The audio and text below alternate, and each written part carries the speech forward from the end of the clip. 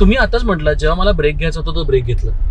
असं ब्रेक घेत असताना बरं आता मनात काय ठेवावं लागतं कलाकार म्हणून की हा ब्रेक घेतल्यानंतर आपलं पुन्हा काम सुरू होणार आहे किंवा काय स्वतःबद्दलचा कॉन्फिडन्स आणि तेवढाच. बस आपण हे बघा कामाने मोठे झालेत ना. हा मग तुला थोडा श्वास पण घ्यायला पाहिजे ना.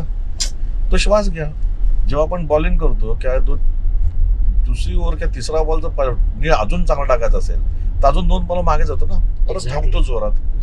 बस तुम्हाला कुठे थांबायचं कळायला पाहिजे आणि परत कुठे चालू करून आता थांबायचं नाही माहिती हे पण कळायला पाहिजे. त्यामुळे आपण करतो आणि काम आहे शेवटी. माझं म्हणणं काय बघ करिअर आणि हा भाग नंतर ठेवा. तो लोकांना आवडेल नाही आवडेल त्याच्यावर आपलं करिअर हा महत्वाचा भाग जरी असला तर एक समाधान म्हणून पण गोष्ट आहे ना की आपण हे काम केलं म्हणजे नाही चाललं हरकत नाही पण काम केल्याचा आनंद मला मिळाला.